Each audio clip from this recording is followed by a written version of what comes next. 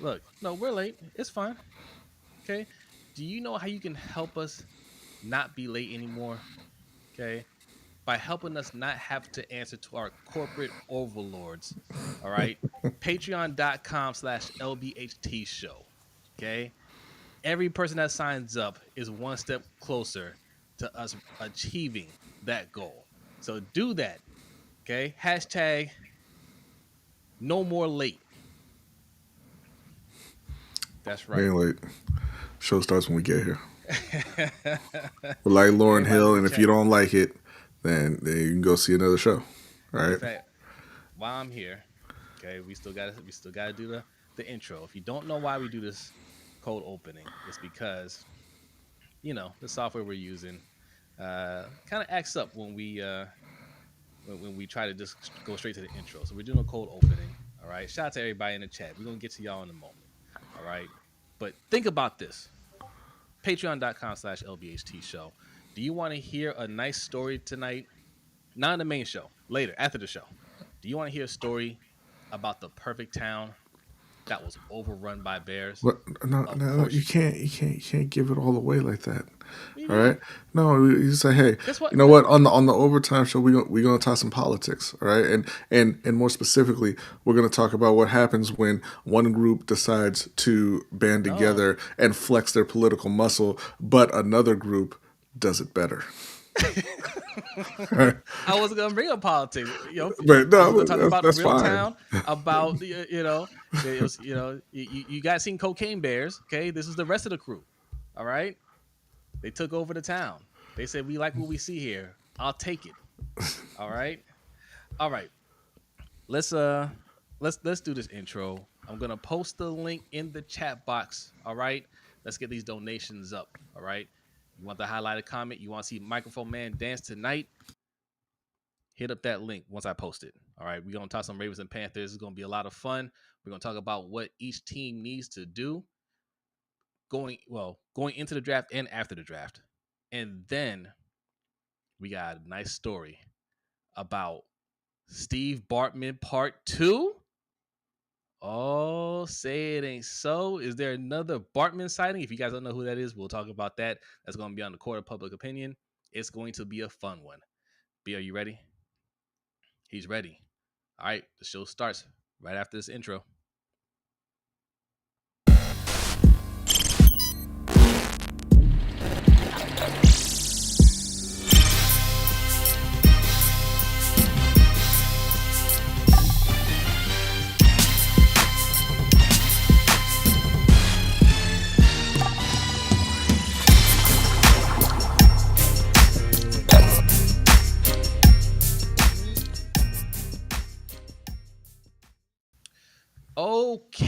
Okay. What is going on, LBHT crew?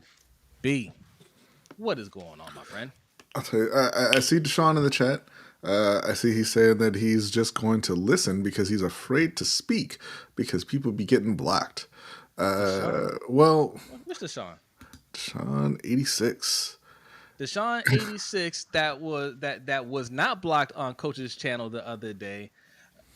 Listen, man.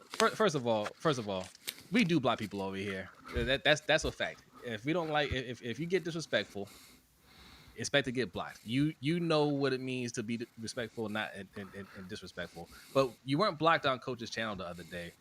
Coach even asked you in the chat, "What are you talking about?" Because we saw your message in there. So not sure what you're talking about. Now, But more to the point, you don't need to announce it. If you just want to listen, just listen. It's just fine. listen. Now, if you're typing in all caps, yeah, your message got took down. The Nightbot in the chat probably told you, gave you a warning not to type in all caps. That's just something that's automatically done. All right, but welcome, enjoy the show. We're gonna have some fun tonight. All right, and there's Coach right there. What's up, Coach?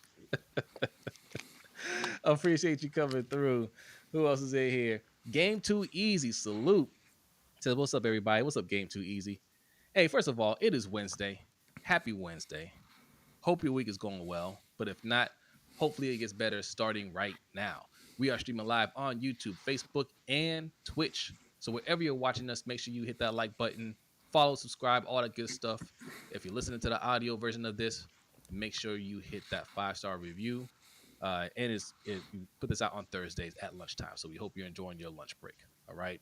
So as I said before we started the show, patreon.com/LBHT Show if you want to help us uh, overthrow our corporate overlords, okay? And to be on time consistently, all right? Not having more of these hiccups. We can hire a producer full time. That is how you get us on the path to doing so.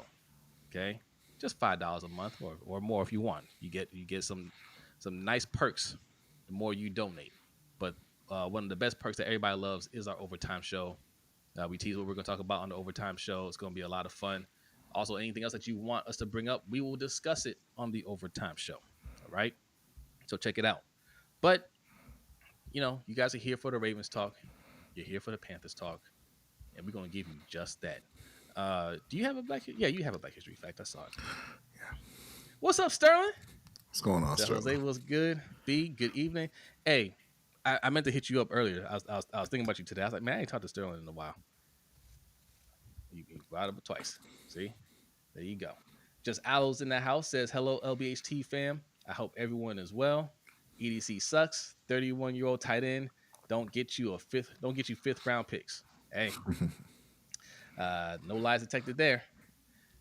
D Weezy says, perk of being a Panthers fan, already know there's going to be another wasted top 10 pick at 2026 draft. Is this true, B?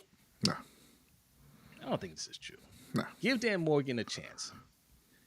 He's kind of a mixed bag so far, but more positive than negative, I would say. All right? Yeah. Yeah, I mean, it was Xavier Legette looks like it wasn't the right pick, but outside of that, he's been fine. Yeah, we'll discuss that. Soon. Jada6 in the house, what's going on? What are these emojis? I can't read emojis. For someone new like me, how do you get invited onto the overtime show? Well, for someone like you, Jay, you just say, "Hey, I'd like to be on the overtime show," and then we'll send you the link to be on the overtime show. Now, if you're asking how you get to the overtime show to watch the overtime show, that'll be at patreon.com/LBHT Show. You sign up for as little as $5, or we have the option to purchase individual shows. If you just like a particular topic, you can buy a single show and just check out that overtime show without actually signing up. Yeah. There you go. Yes. You can purchase individual episodes for $3, but for extra $2, you can get the whole month. All right. Deshaun is still not satisfied with our response. He said, "I did not." Oh, he arguing with Coach now, like that. Coach handle that. I can tell you this: if you said anything disrespectful to Coach, that will get you blocked over here as well. Coach is our friend. All right, we don't take any disrespect of us or any of our friends. So let that be known right now. All right. Tracy, what's up, Tracy? What's going on, Tracy? Thanks for coming through. Who else is here? Slippery Pete says, ban Walmart EDC. Harbum. Can't catch garbage overrated. Andrews. Ooh, man, opinions are strong. Man. Okay. King Lee says, Flock Nation was good. What's good, King Lee? Look, people are angry. I'm not. Okay, I want y'all to know this. We're not angry when we give you our takes, especially on Ravens, on EDC. Yes, we are very critical on EDC. We're critical of John Harbaugh. It doesn't come from a place of hate. We're not malicious about it. But when we see a team that's close to winning a Super Bowl, you have to do those extra things needed to win. And if we don't see them doing it, we're not going to sugarcoat it. There's a lot of channels. There's a lot of accounts out there that will sugarcoat it, right? They give you all the flowery response. They'll tell you everything is good. They're doing all the right things to make you feel good. Now, in the offseason, is not the time for that. This is a time where changes can actually be made. And you have to be honest about the type of team that you have and what they can do to get better, right? When the season starts, I got a donation. from Noah. Hey, shout out to Noah. It says many blessings to you, Noah. Appreciate Thank you, Noah. that. When the season starts and you can't make any more changes, that's when you just have to hope for the best. Right now, you need to demand the best. All right, so that's where we come from for both of our teams. All right, same thing with the Panthers. Big Cuz in the house. What's good, Big Cuz? Appreciate you coming through. Killer Cam in the house says Ola Jose. Ola Killer. And also, Mucho Gusto Brodny. Nice to meet you, Cam. Trying to get everybody who came through. Deshaun was good. Coach J is 6. Living Legend. What's up, Living Legend? Says how much to watch 2 minutes of the overtime show.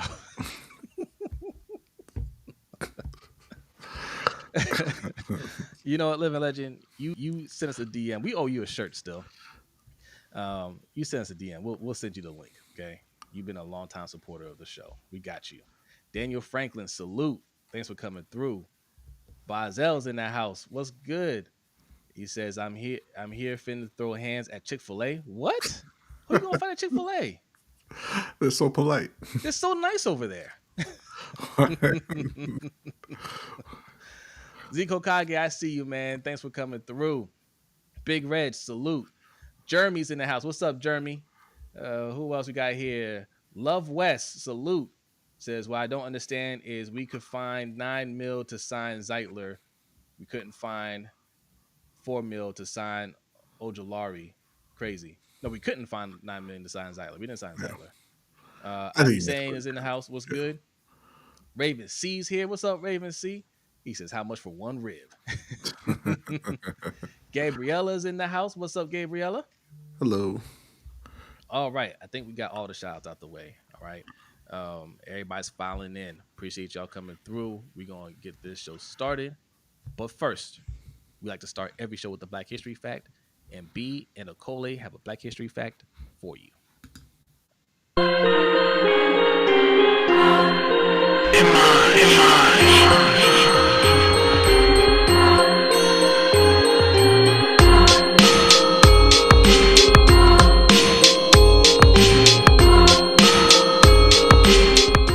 This week on LBHT's Black History Fact, Angela Davis, born on January 26, 1944, in Birmingham, Alabama, grew up in a neighborhood known for its racial tensions and attacks by the Ku Klux Klan.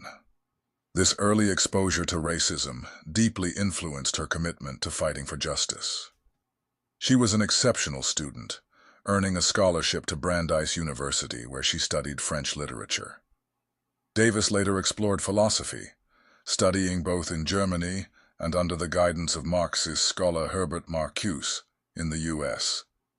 In the 1960s, Davis became a vocal activist. She joined the Communist Party USA and supported the Black Panther Party. Her efforts centered on civil rights, opposing systemic racism, and advocating for prison reform. However, her political views led to her being controversially dismissed from UCLA in 1969. Her activism put her in the spotlight again in 1970, when she was linked to a hostage situation, which turned deadly in the Marin County Courthouse. After being arrested and facing murder, kidnapping, and conspiracy charges, she was acquitted in 1972, becoming a powerful symbol of resistance and justice on a global scale. Davis remained relentless in her advocacy. She co-founded Critical Resistance in 1997, which works to end mass incarceration. She also wrote influential works such as Women, Race, and Class, and Are Prisons Obsolete? Today, Angela Davis is celebrated as a scholar, activist, and feminist, continuing to inspire movements for social change and equality.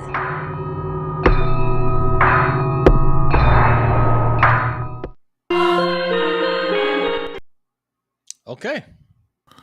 What the hell was that? Man, I don't. It's too much, bro. It's too much. I have no idea where that came from. We have to get off of EV Bucks, man. We It, have to get off of this thing. it can't have been easy. I don't understand. Like I use the same template every week, and the music is in there. There's no way. I don't know. Like EV Mugs, they find out that we moving, and they don't like it. They decided to mess with us. They're like, yo, we're going to mess with them until they get out of here. Good Lord. All right, whatever. Let's do this. We gotta go. All right, look. Remaining needs for the Ravens and Panthers.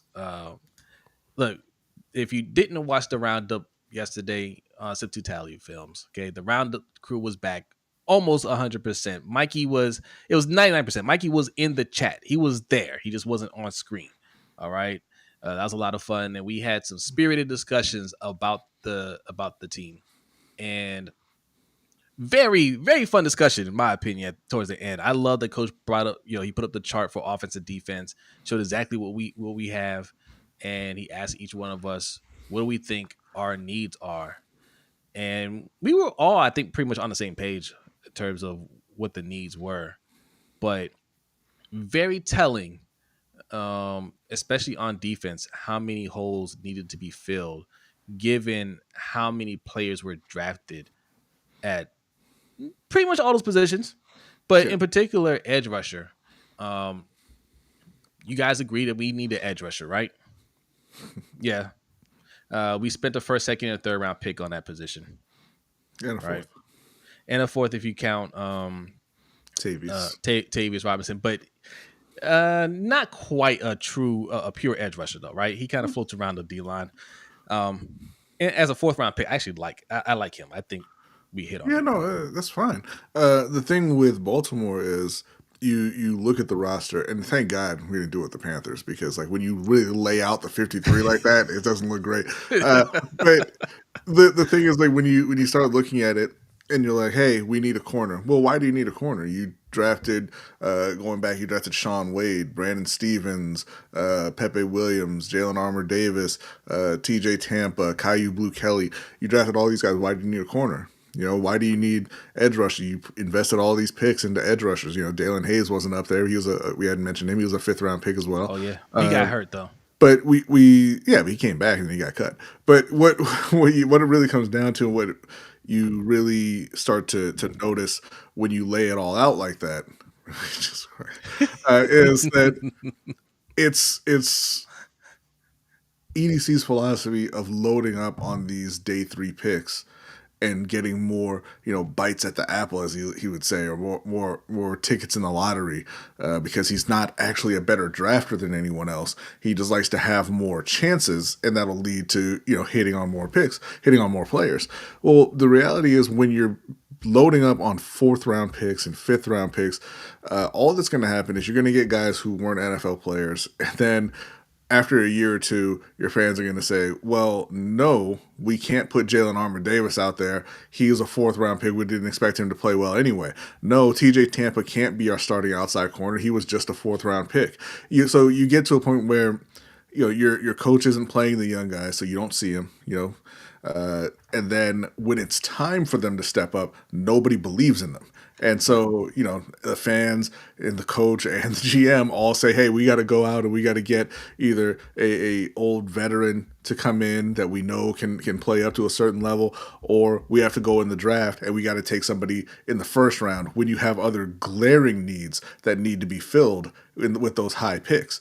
Because again, when you go into the draft, realistically, you should only expect a major contribution from your first pick, your 1st round pick. If you get something from your 2nd round pick, that's great. If you get something from the 3rd round pick, that's great. But you shouldn't be expecting it from guys later on in the draft. That's not what those rounds are for. Those are to draft guys and develop them for later. And the problem is that Baltimore isn't developing those players. They're not allowing those players to step into, the roles that they would otherwise be in.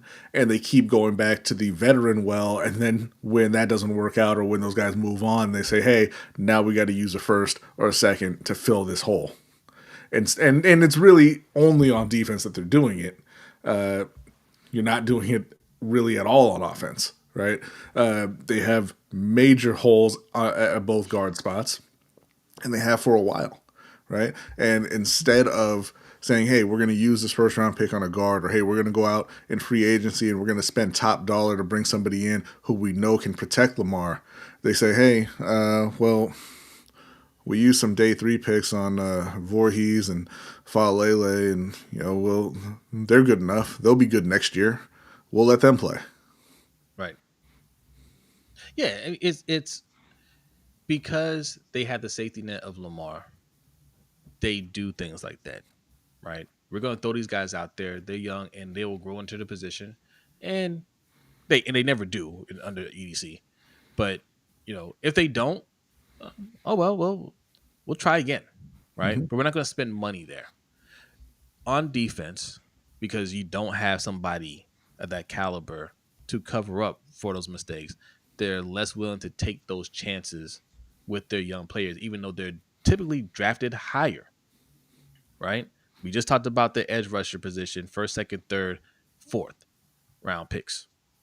Cornerbacks, first.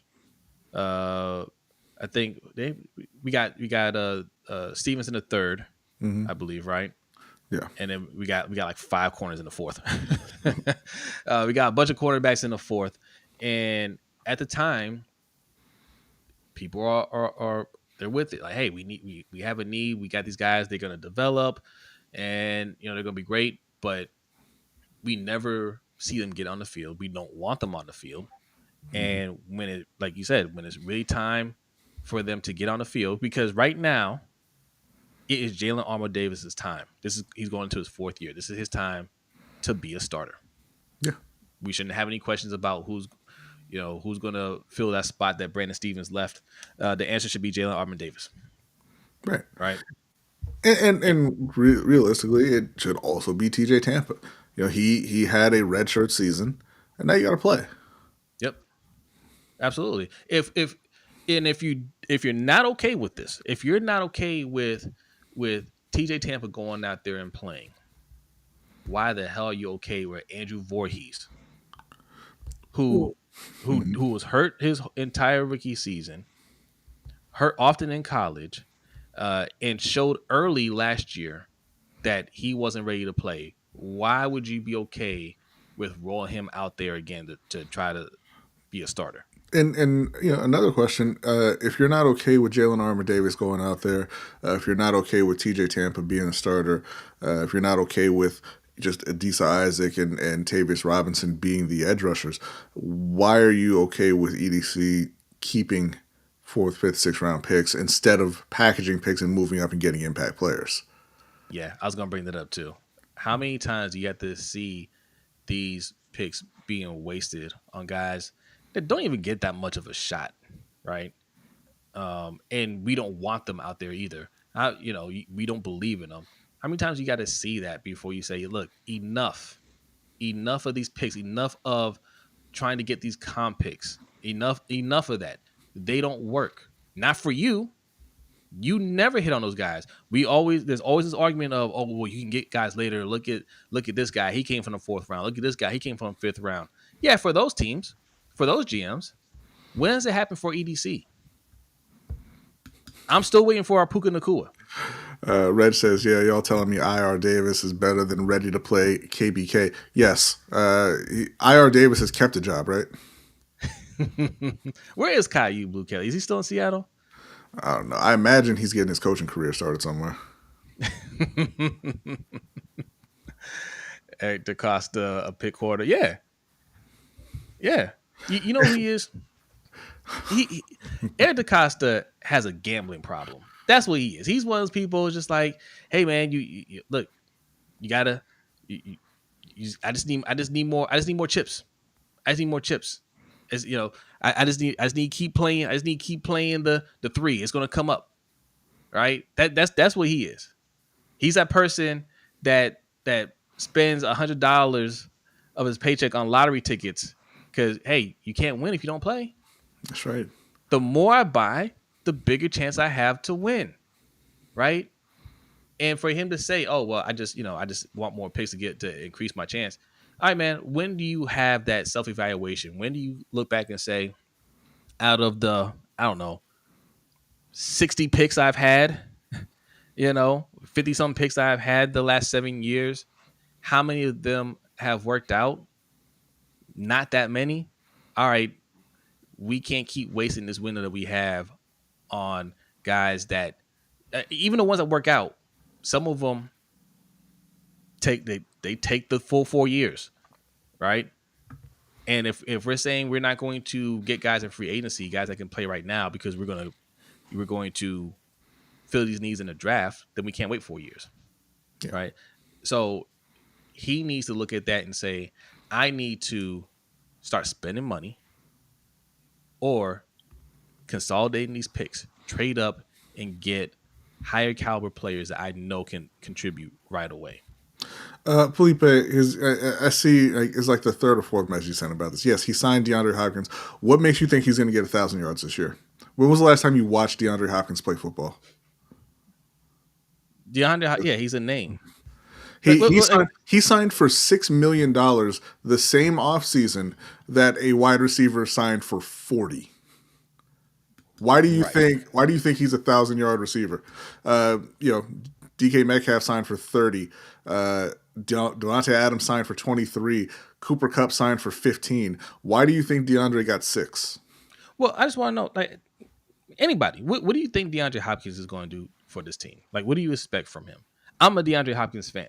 I hope he can prove us all wrong and be a dominant wide receiver. Do I expect it? Of course not. Do they expect it? Of course not. Right? They didn't sign DeAndre Hopkins and said, "Oh no, he still has something left in the tank, and he's going to really produce." You don't pay a wide receiver $6 million. No. We did not say the same thing about Derrick Henry. What we said about Derrick Henry was you had to be concerned because he was over 30 and over 1,800 carries for his career that the drop-off might be coming. What we said about DeAndre Hopkins is he played last season with Pat Mahomes and was worthless. So and don't tell us what we said about Derrick Henry when I asked you why you think he's going to get 1,000 yards. Well, what do you think he's going to get? That's what I'm curious to know. He said talk about DeAndre Hopkins going over 1,000 yards. So why do you think he's going to get 1,000 yards? Oh, okay. Well, if you think he's going to get 1,000 yards, then why do we only pay $6 million?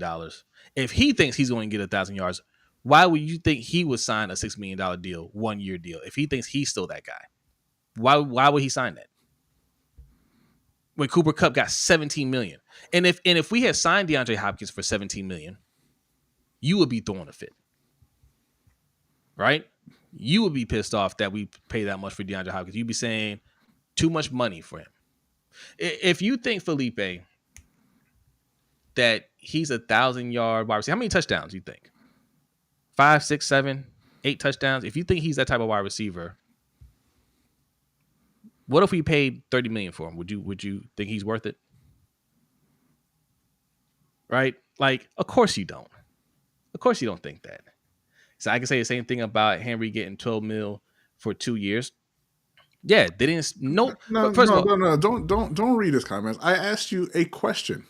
Yeah. Why do you think he's going to get 1,000 yards based off of what you saw of him last year in Tennessee and Kansas City? Don't ask us about Derrick Henry. Don't ask us about anything else. Just answer the question, Felipe. Because you have a habit of making comments, and then when we ask you something, you don't answer. Well. First of all, he misquoted what we said, right? Mm-hmm. Misquoted what we said. We said he may or may not have something left in the tank, but because of his age, don't know. We have to find out if he can do it for a whole year. We said a few things. Every time we brought up Derrick Henry in the offseason, there's a couple of things that we said along with that. What were those other things that we said? Derrick Henry's cool, but what about the O-line? Remember that? Derrick Henry's cool. Should have gone with Saquon. Remember that? How'd Saquon do this year? They're pretty good. How'd our O-line look? How'd our guards look in particular? Not too great. Also said if we go into the season with Voorhees as a starter, that's a problem. Okay, so Felipe says because Lamar will elevate him, he still got it. How many 1,000-yard receivers has Lamar had in his career? Okay. All right. This is not a strong argument, Felipe, but I appreciate you coming through. You're not making a strong case. If anybody wants to help him out, feel free to do so. Steve O.W. says D Hop is still a dog. I was a fan of D Hop. I was a fan of Clowney, Van Noy, D Hop, or DH. Who's DH? Oh, Henry, Derrick Henry, and D Hop. What you're talking about here is you're hoping we get lucky, right? Clowney was good, not great. He was good 1 year rental. Van Noy has been good for the last 2 years for us. Derrick Henry was amazing, right? He was amazing, and it's good when we get that type of production out of these players. But the problem is we rely too much on this. You named 4 players that this has worked with. How did Sammy Watkins do? How did Des Bryant work out? Deontay Johnson, Deshaun Jackson, right? Odell. I forgot about Odell, right? We can name twice as many players that we did this for, and it didn't work out, right? On defense, Yannick Ngakoue, A couple times. That's right. So I mean, it's nice when it works. Most of the time, it doesn't work, and that's not a winning strategy. Saying we're going to get this guy because he's cheap, and we hope he still has something left, instead of knowing that he has something left. Because what you won't do, because you guys don't ever mention those, you don't mention the ones that don't work out. DeMarcus Robinson's another one. You're right, D Weezy. I would say DeMarcus worked out for what DeMarcus is. Like you shouldn't have had too many expectations for DeMarcus. Like he's a solid player, but like he was never that elite receiver anyway. True. But when these guys come in and they don't perform, you don't say anything because you didn't expect anything. We were excited about Odell signing. When he didn't produce, we didn't say anything because we didn't expect anything from him, right? If D-Hop comes in this year and doesn't really produce, we're not going to say, man, D-Hop had a bad year. What happened? You know what happened, right? We'll talk about it if he does well. We'll talk about it too. I'll be very excited. Just like I was very excited about Derrick Henry, right? I didn't think he was going to fall off a cliff, but nobody expected him to have the type of year that he had. That was one of his best years ever as a player, right? And yeah, you could attribute that to Lamar Jackson, sure, and him just being a great player. Yeah, excited about that. But no, man, I don't expect the same thing for DeAndre Hopkins. No, and the reality is, like, neither does Baltimore, right? No. It's one thing to say, hey, we like veteran players. That's fine. There's nothing wrong with that. You say, hey, we want guys who know their role, know how to play, don't make mistakes, don't have those mental errors, all that stuff, whatever. There was another veteran receiver who was available who very obviously still has it. His name was Devontae Adams, but y'all didn't sign him. You went for the cheapest thing that you could find. That's the problem. And you can hope and pray that DeAndre can turn the clock back, but again, there's no reason to believe he will. Wide receivers elevating, or quarterbacks elevating wide receivers is not really a thing. It's a fun narrative, but that's not how it works. You have to have good players around the quarterback. Now, a great quarterback is going to make the job easier, but he's not going to make the receiver better. I always go back to Tom Brady years ago when they went to the playoffs, and he was throwing to Rashae Caldwell, and I believe Jabbar Gaffney, I think, was on that team, a few other guys. And the receivers failed in the playoffs because they were Rashae Caldwell and Jabbar Gaffney and company. Nobody said, man, Tom needs to do a better job elevating those receivers. They cut all of them. And they went and they got Wes Welker and Randy Moss. Time out, B. Yeah. Steve W. I hate when y'all do this. He says, I'm calling it right now. D-Hop, 600 plus yards and 7 tutties. Now, you just said he still got it. Do you know who D-Hop is? Right? If he still got it, that's a bad year. Okay. Now, if he did this, I'd say that's solid. That's contributing, right? That's not wide receiver one, right? That's not getting Lamar a weapon. That's getting a guy that can really contribute, and that helps, right? But Yeah. 600 plus yards and 7 touchdowns, no. You need to be more like Felipe and say he's going over 1,000 yards. He's going to get 8 to 10 touchdowns if he's still got it. Because 600, that's a reasonable expectation yeah, for a guy like DeAndre Hopkins if they start throwing it to the third receiver, because you got to remember their third receiver this year had 14 catches. yeah. But he can go out there and give you 400 to 600 yards, but that's not anything. That's not moving the needle in any way. There you go. 600 yards would be a career low for D Hop. Yeah, what did he have this year?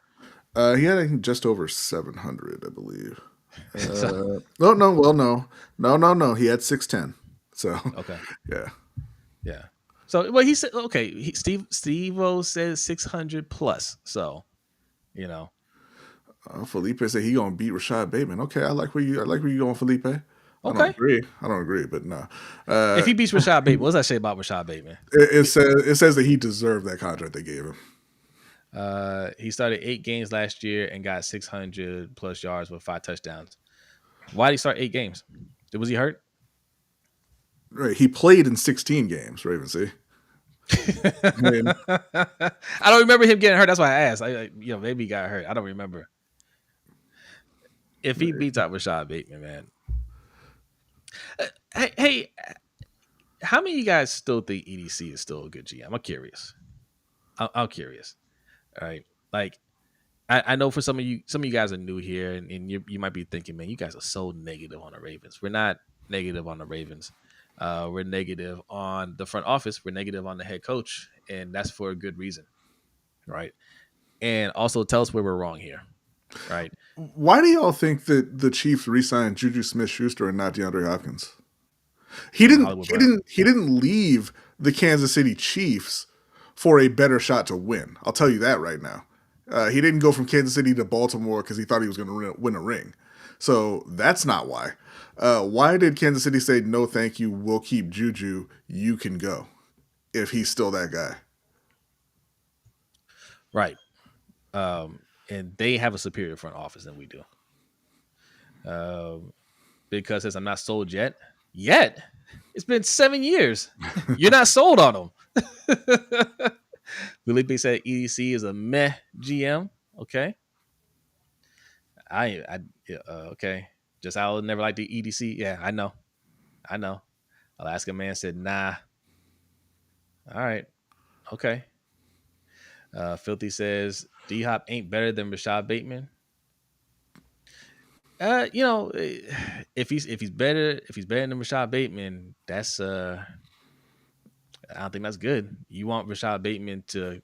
I think he had a solid year last year, and he needs to build off of that. Like we clearly didn't upgrade at wide receiver. We just need Rashad Bateman and Zay Flowers to elevate the game to another level. Right. That's what I'm going to hope for. I hope that we do something better, like Devontae Adams. Right. That's what I hope for in the off season. That's why I campaign for. But when that doesn't happen, and that's what we have, I'm going to root for them to be better. I don't want D Hop beating out Rashad Bateman. Right. D Hop is on his way out. He might play for a couple more years. If he still has something left, great. But I want Rashad Bateman to step his game up to another level. I want Zay Flowers to step his game up to another level. Mm-hmm. B&B thinks Zay Flowers has superstar potential. He hasn't gotten there yet, right? But that's what I want to happen. But, hopes, projections, things like that, that doesn't get you wins, right? That doesn't get production. Those players have to actually do it, okay? And these guys haven't done it. We keep projecting things onto players that haven't done it. Yeah, I see. So they're saying Lamar wanted D Hop. Yeah, he wanted him the same time they signed Odell Beckham, and they told him no, we can only get one. Yeah, and then when that failed, they said, "All right, let's go get the other one, who's coming off the worst season of his career." Right, Killer. 2 years ago. And 2 years ago, D Hop would have had more of an impact. Mm-hmm. You know, why do you guys set the bar so low? Why do you set the bar so low for this team? You know what I mean? Like you said, well, on offense anyway, you set the bar so low on offense. Defense, it has to be the best of the best, right? Why do you think we need an edge rusher? Van Noy came back. We got Owe 10 sacks. Why do you think we need more than that? The bar is low everywhere. But my favorite thing is Ravens said like when Cincinnati re-signed Jamar Chase and T Higgins, and Ravens fans saying, but they ain't got no defense. Like you didn't have one of the worst defenses in the league for most of last season. Yeah. But without Jamar Chase and T Higgins. All right, Like, let's go through offense and defense real quick. We're talking about the needs of each team. Defense, okay. Edge rusher. And if you watched the Ravens roundup yesterday, we covered this. Edge rusher, everything Chris said. Edge rusher, D tackle, right? Because Michael Pierce retired and Matabike and Travis Jones are D ends, right? Essentially, so we need a D tackle. Outside corner, because right now I think TJ Tampa is our outside corner, right? And safety, because we like to play 3 safeties. Although I just play 2, and linebacker, because Trenton Simpson hasn't worked out, and we don't trust Trenton Simpson to go in there and play better, right? and that's the thing. Like he's coming into his 3rd year. Yeah. Why are you giving up?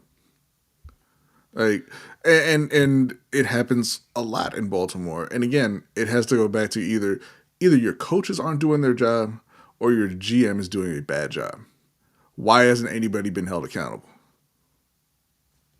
Yeah. You can't need a linebacker. Not with $20 million a year, Roquan, and 3rd round pick coming into his 3rd season, Trent Simpson. You can't need one.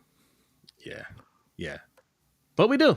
Here we are. You can't need an edge rusher with Kyle Van Noy, a free agent giving you double-digit sacks, and a 1st, 2nd, 3rd, and 4th round pick at edge rusher on the roster right now, all still on their rookie deals. You can't need an edge rusher.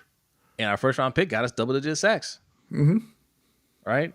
But here we are. People are saying, and this is what we said after we lost in the playoff game, and people were pissed off at Mark Andrews. Right, they're pissed off that the O-line didn't do a better job. We're looking at still shots of Valele standing around, right, looking at butterflies, picking grass, but not putting hands on any defender. We're looking at that stuff, and we said it here. Despite what you just saw, despite what just went down, you are going to come to the offseason and say, gotta get edge rusher, gotta get a corner, right? You always put offense on the back burner. The only team in the league, basically, that loves safety the way you do, and you gonna draft one again. We had this long discussion about the game, whose fault it was. A lot of people were on Lamar's neck. Hey, Lamar gotta do better. Lamar gotta do better. We didn't hear anything about defense. Yeah. RG says you can't just give Tampa the starting spot, draft a corner with the 1st pick so that you can give it to the rookie? No. No, I agree, RG. You can't just give Voorhees the starting left guard position. Right? Oh, wait. We did do that. All right. I hear you. But if we're not going to fill any needs in free agency, then priority goes to offense in the draft, right? Make sure you're filling those gaps, and then defense gets what they get afterwards, because we've been doing it the opposite way for way too long, and it hasn't worked, and it's not going to work. Right. If we go into next season and they say Valele and Voorhees are going to be our guys, and if Voorhees not ready, then mix of him and Ben Cleveland, or we'll pick up somebody later. Guys, we're not winning anything. Right? We're not winning. We'll have It'll be similar to this year because Lamar is great, and we'll have a fun regular season. The O-line will look like it's starting to come together, and then it'll get exposed in the playoffs because those guys just aren't that good. And we never want to make an investment to get better. Those guys are nowhere near Marshall Yanda. Hey, real quick in the chat, y'all tell me how many tackles are on your roster right now? Offensive tackles. Because this is something we've talked about for several years. Why your GM thinks that you don't need any depth at tackle. You have 2 tackles on the roster. One is the second year right tackle Roger Rosengarten, who played pretty well as a rookie. Yes. The other is the one of the better left tackles in the league, but has been oft injured. Right. So why don't you have a third one? And you know, we went back and forth with Chris talking about Malachi Starks and how if he falls to Baltimore, he's got to be the pick. And I understand what he's saying. You know, if you think he's an elite prospect, you take the elite prospect. That's what a normal team does. That's what a normal team should do. Yep. But when you refuse to use free agency and you refuse to use trades to improve the offense, then it all falls on the draft, and you don't have the luxury of saying we're going to take a pick or take a player who is not going to start for us just because we like the value. But they continue to do it anyway, which is why every single season you have the same problems, and every single season ends the exact same way. Okay, I want you guys to type this in the chat now, right? We're trying to tally up how many holes we had to fill, right? Just starting. How many holes do you think we had to fill on defense, right? We mentioned edge rushers. Our edge rushers right now, Owe and Van Noy will be projected starters, right? And then you got Ojabo, you got Adisa Isaac. I think we got somebody else. Tavius Robinson, who kind of floats around the line a little bit, right? So that's what we have there. Do you think we have a need at edge rusher? Outside, cornerback, we have TJ Tampa, Marlon Humphrey, Nate Wiggins, and Jalen Armour-Davis. Am I forgetting somebody? I think we might have one more person on the roster. But those are our corners. Okay. Safety, obviously, we got Kyle Hamilton. We have Ardarius Washington. We got Sanusi Kane, and we have my guy from Maryland, Bo Braid. Right. Oh, Daniel Franklin with the very optimistic none on defense. Okay, Daniel. I like that. That. Linebackers, Roquan, Trenton Simpson. Who else? Who are the other linebackers? Didn't they just signed a linebacker, didn't they? They did. Who did we sign? I don't remember, but those are the starters regardless. Yes, those are the starters. So, okay, how many holes do y'all feel we have on defense? We need these guys, as starters. Steve-O says 5. 5 holes on defense. Okay. Keep everybody put it in the chat. Felipe says now this is interesting because Felipe says corner, safety, edge, and D-line, but then says TJ Tampa will be good. So if TJ Tampa is good, then you don't have a hole at corner because your other corners are Nate Wiggins and Marlon Humphrey. Yeah. So I think, are you saying that TJ Tampa will eventually be good, or do you think he's going to be good this season? Yeah. If you're just saying for depth, okay. I mean, yeah, we can get depth later, but I'm just talking about like in terms of starting. Now we're gonna go to offense. See, Daniel Franklin is ahead of us. He says on offense 3. I was gonna ask. I want to go over that. Okay. Obviously we need 2 guards. I don't care how you feel about it. We need 2 guards. I know we this isn't what they're going to do. We know what they're going to do. Nothing. But what do they need? They need 2 guards that can play. Right. If Falele grows into his spot, if Voorhees grows into a starter, that's great. Can't be learning on the job when we're trying to make a Super Bowl run. We need preferably 2 veteran guards there. Okay. Felipe, what do you mean what do you mean you need a starter at tackle? What do you mean? No, well, we only have 2 tackles on the team. That's what we're talking about. But we're asking starters. Yeah, right? If you're just not understanding that we're not saying Jose's asking in terms of these starting spots. That we didn't clarify that. We're just talking about starters. We didn't clarify that. He is right though. We do need a tackle. He's right. Absolutely. But wait. Time out, Felipe. What's that say at the end there? What's that WR? What is that? What's were? Were. What position is that? Wide receiver? Why would we need a wide receiver? We just got D-Hop. You're number 3 going for 1,000 yards, and you said not good enough. You know what? I like your attitude, Felipe.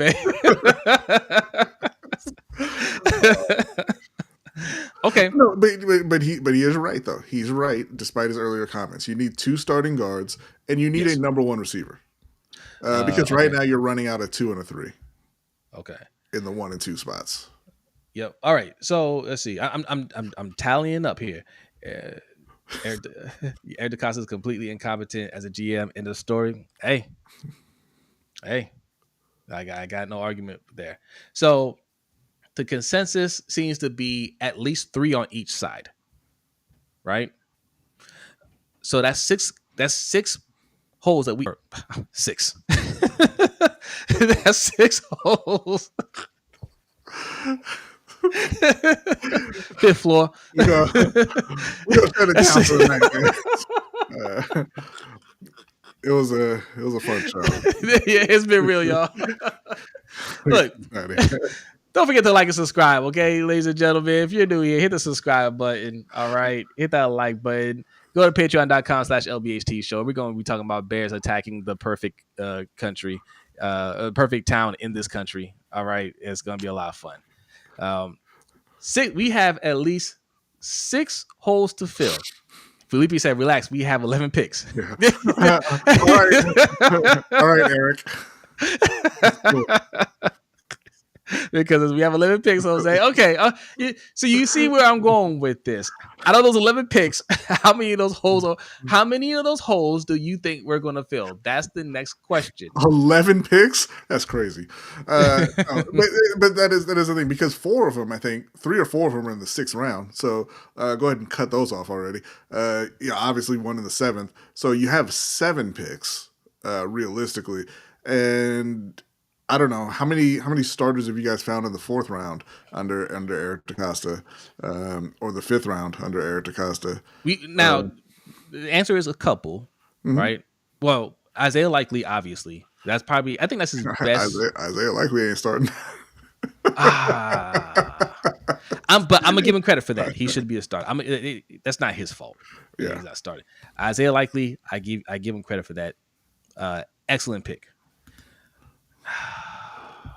Was there another? I don't know. Who else, guys? Who else? Jordan Stout. He holding down that punter spot. I prefer we just go for it on 4th down. Yeah, he's not great. I thought that there was a guy they took in the 5th round who ended up being a starter. I cannot remember it as I'm sure there is.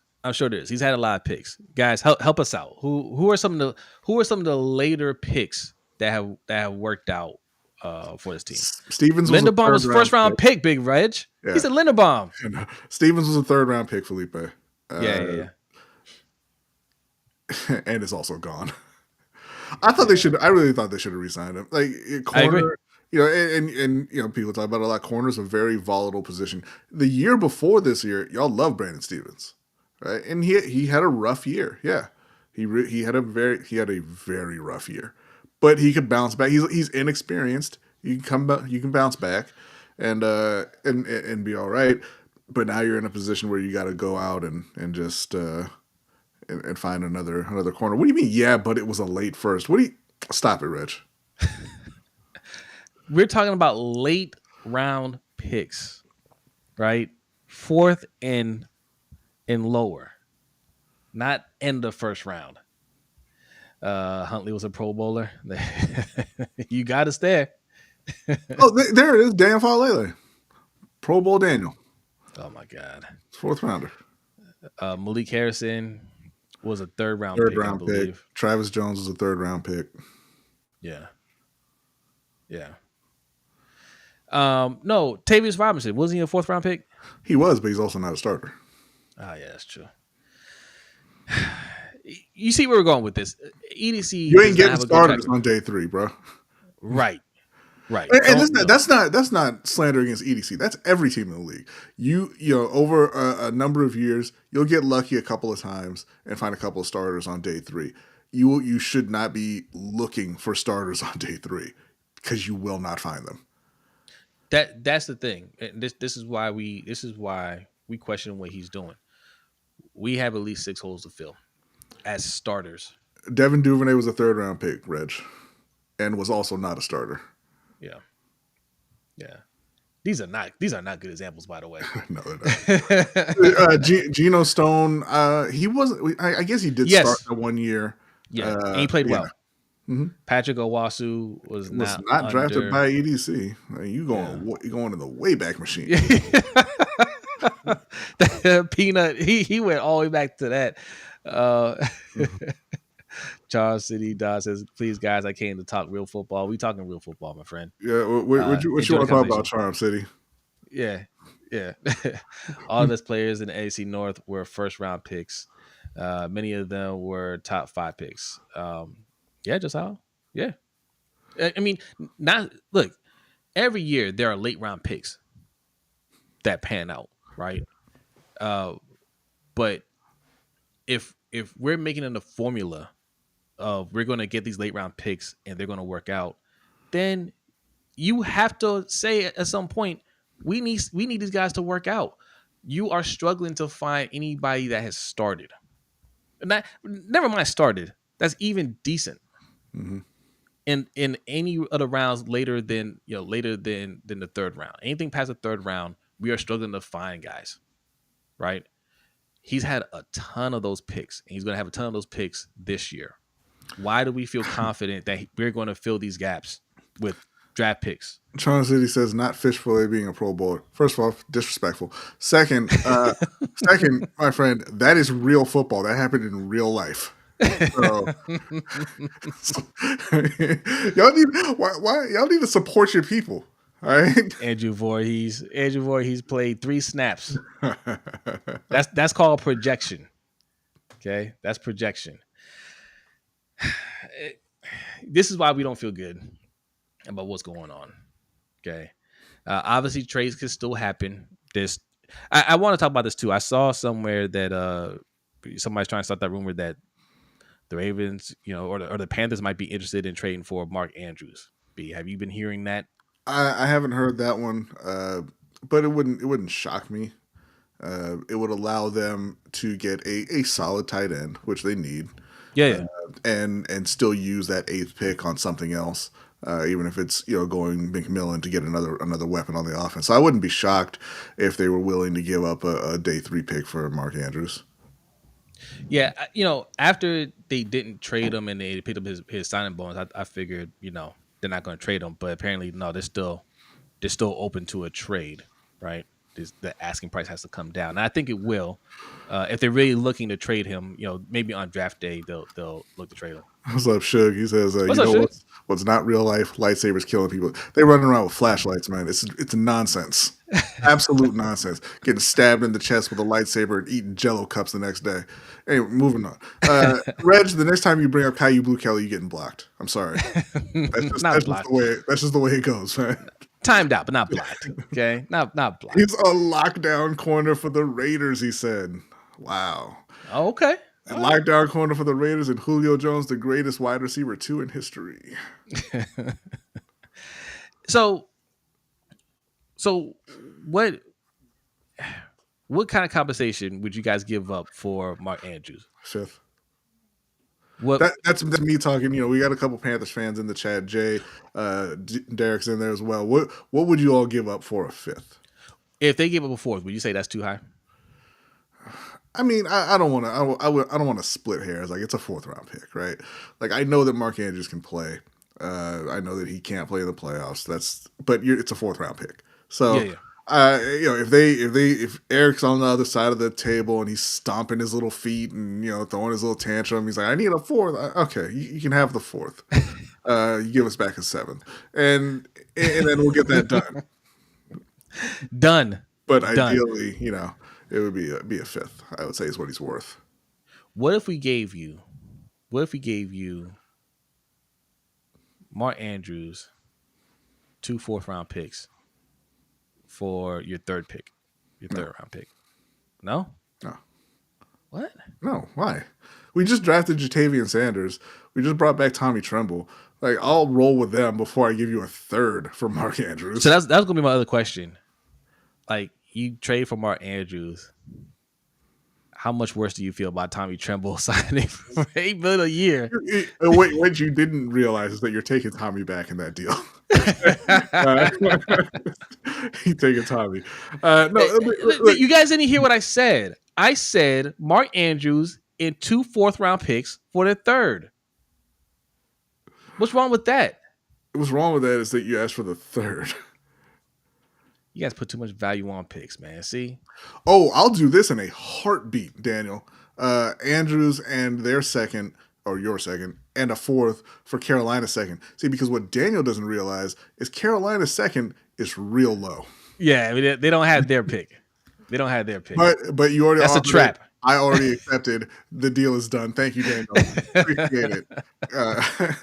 When we're scoring touchdowns in the playoffs, I will think of you. Third for Andrews with malpractice. You didn't hear the deal. Clean your ears out. No, you didn't.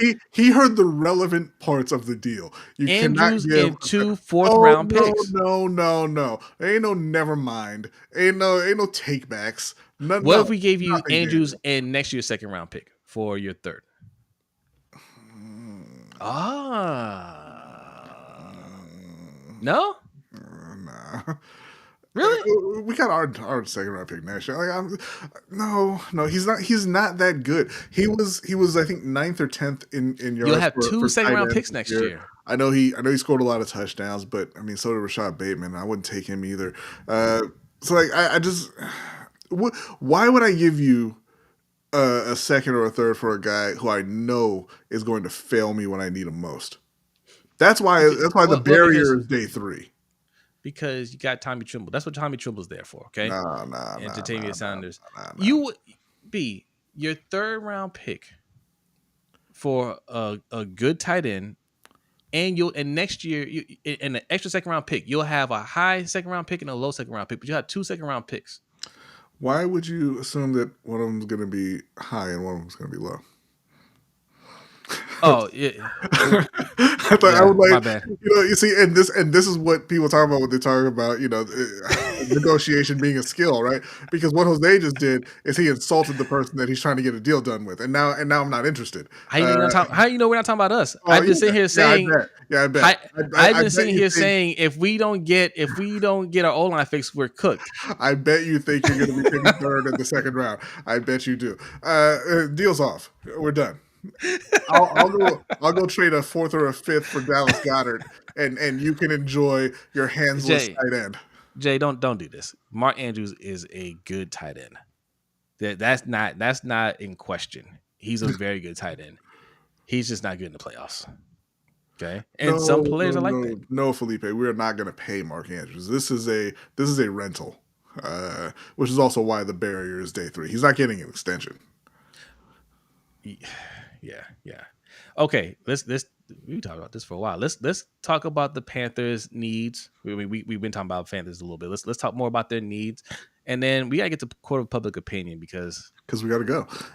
So Carolina's needs now, realistically, they could improve basically every position on the team.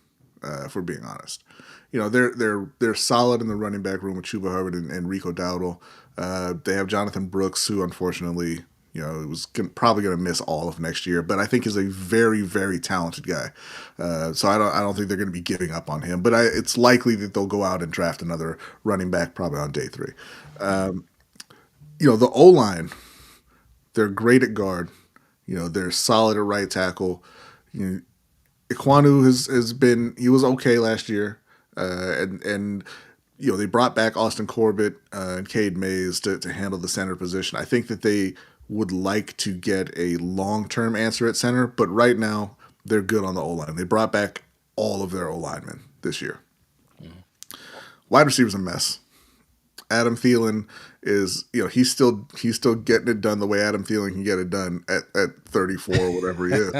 Wheeling and dealing. That's right. My man windmilling his arms to make that cut. Xavier Legette has to improve. He has to be much better in year 2 than he was in year 1. Yeah. He was getting open. Obviously he's physically gifted. He's a big guy. He's very strong. He's very fast. He just has to squeeze his arms around the ball. He has to catch it. He has to hold on to the ball. He has got to hold on to the ball when Bryce throws it to him. I cannot stress this enough. He cannot let it hit the ground. It has to stay in his hands. If it stays in his hands, then he's great. If he has another season with drops like he did this year, then you're looking at possibly moving on from Xavier Legette. After him, just nothing.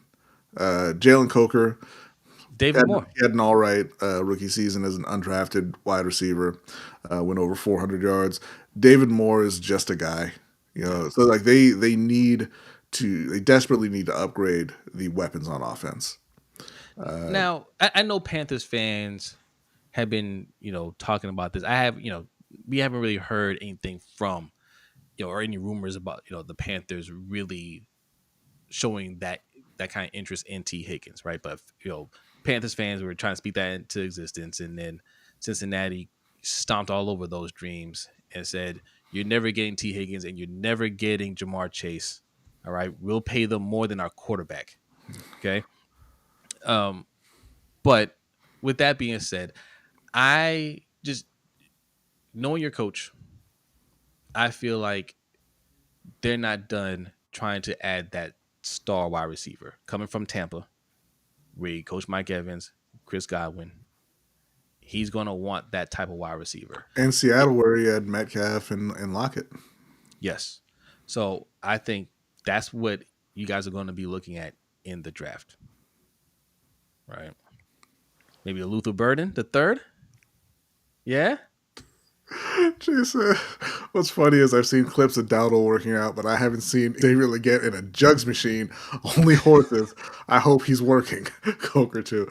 I don't have any doubts about that. The young man's work ethic. He seems like a really solid guy, and I'm sure he's putting in all of the work. He's got to get over the drops. That's all. If he gets over the drops, it'll be excellent. Yeah.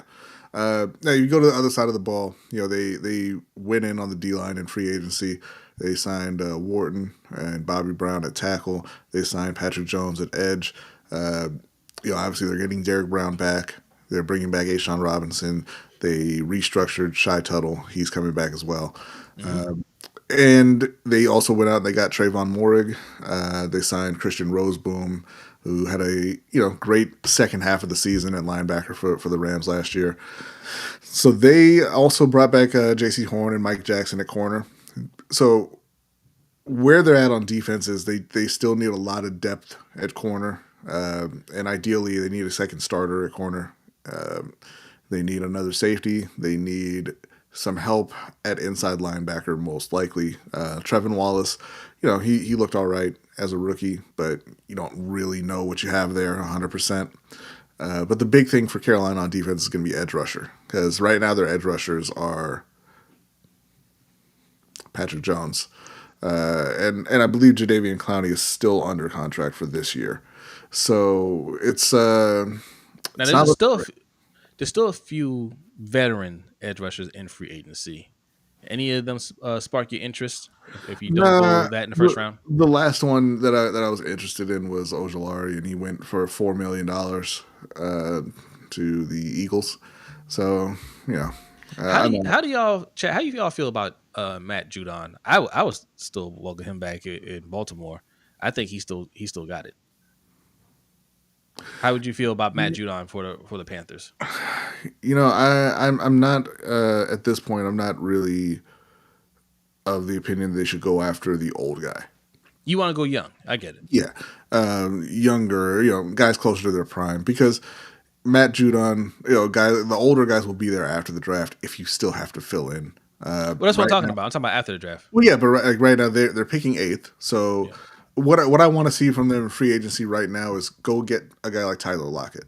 Go get another solid receiver, so that you don't have to go receiver at 8, or you don't have to go receiver in the second round. See, that's what I feel like. That's where you need to go young, right? You have a young quarterback. Tyler Lockett is like 32 years old, right? Can Yeah, still play, no, yes. I'm not saying stop with Tyler Lockett. I'm saying, but if you get Tyler Lockett, you're not forced right now. The way it looks, they have to go McMillan or Tyler Warren with that 8th pick, right? Because they've done nothing to help Bryce Young. Right. They've attacked the D line some. They got an edge rusher. They got a safety. They brought back their corners. So the only area that they haven't addressed is wide receiver or tight end. So getting a playmaker for Bryce. So right now it looks like, hey, that's where you've got to go with that 8th pick. You go out and you get a guy like Tyler Lockett. Then it gives you options. You don't have to go immediately there, and you can just kind of take the best player available. So yeah, I mean, I think they're going to have a lot of options at 8. Obviously, there's some people out there who think McMillan will fall well out of the top 10. If that's the case, I would not be opposed to them trading down and picking up some extra picks. But it's going to depend on what else they do between now and draft time. But they've got plenty of holes left to fill. Nabi, how you feel about trading down to 27th? I don't. Oh, okay. I don't feel anything about that, because that's not going to happen. Oh, all right. Just had to check. I do like the idea of, like Coach was mentioning, trading down a bit and taking the tackle Simmons out of Ohio State, because they're getting to the point where they're going to have to move on from Taylor Moton pretty soon. He's getting a little older, and we're not still 100% sure on Ekwonu. So if they can get a great, potentially left tackle in that first round, maybe move Ekwonu onto the right side or just move on from him altogether. I think that's something you absolutely have to consider, because, we always talk about getting the wide receivers, getting the playmakers, getting the guy who score, but number one is always going to be protecting your quarterback, especially when you don't have Lamar behind the line. Lamar he'll make the low line look a bit better than they are. Bryce is athletic, but Bryce is a little guy, and you don't want him taking any unnecessary hits. So if they can go out and get a franchise type left tackle, I would say that has to be on the table as well. All right. Let's circle back to Ravens real quick, because you just remind me we didn't actually discuss some, what we thought they should target in the draft, right? Not safety. I get Chris's argument. No, I absolutely do, and I say that's a rock solid argument for everyone but the Baltimore Ravens. Yeah. But I want to see offense. I want to see that commitment to offense. I want to see a tackle that could play guard and maybe could kick out to tackle later on, or just go guard. Wide receiver. And here's another position nobody really talks about for the Ravens: running back. Right? If what's the guy's name? Ashton Genty. If Ashton Genty falls, it doesn't look like he's going to, but if he were to fall out of the top 10, like it looks like he's going out of 15, 16, 17. Move up. Mm-hmm. Move up and get him. And if you don't do that, I hear there's a lot of great running backs in this draft. Omarion Hampton, I've heard that name. Yeah, Travion Henderson, Quinshon Judkins, Trevor Etienne. I don't think is one of the better backs, but I mean he's a good back. Like it's a deep class. Yeah. And I didn't even mention, like, I wouldn't even be mad at Carolina if they took Ashton Genty, right? If we're talking about it's funny, right? Because everybody's like best player available until it's a running back or something like that, right? But it's something we saw the Vikings do with Adrian Peterson, and I didn't understand it at the time. Me But neither, because they had they was had, Chester Taylor. they had Chester Taylor, who was a 1,200-yard back, and then they drafted Adrian Peterson, and I was like, y'all stupid. And then I saw Adrian Peterson play for the Minnesota Vikings, and I was like, man, I'm stupid. That Well, was the greatest pick ever. that's understanding when you have somebody that's good and there's somebody great available. Yeah. Right. That's upgrading.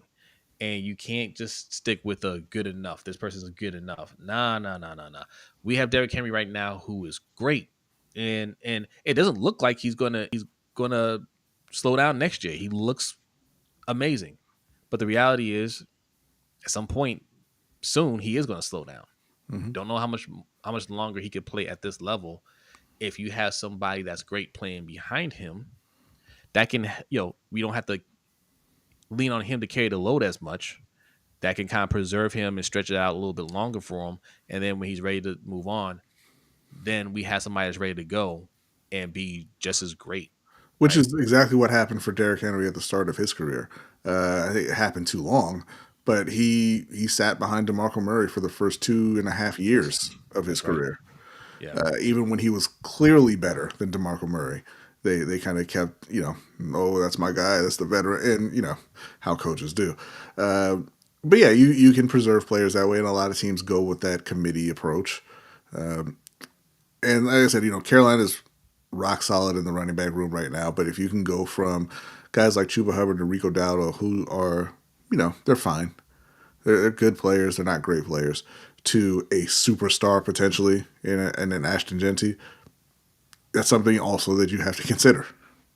Absolutely.